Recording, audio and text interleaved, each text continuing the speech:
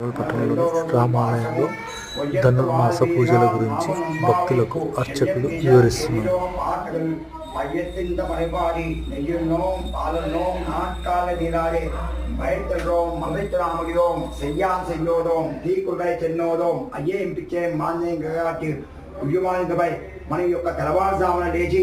ఈ యొక్క గోదాదేవి ఏమంటుంది ఎంతైతే పూజకు వెళ్తున్నారో మనము ఎలాంటి పూలు మనం ఈ యొక్క స్నానం చేయాలి, దేవుని తెలపాలి, నెత్తిలో పూలు పెట్టుకోకూడదు. తర్వాత ఏమో పాలు కానీ తినగాని ఏ ప్రసాదం కూడా ఏదుగా తినకుండా ఉపవాసంతో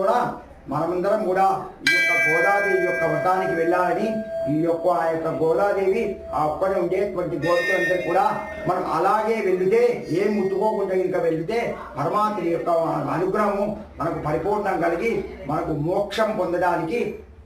వీలవుతుందని గోదాదేవి ఈరోజు ఈ పాత్రలో ఈ విషయాన్ని తెలియజేసింది.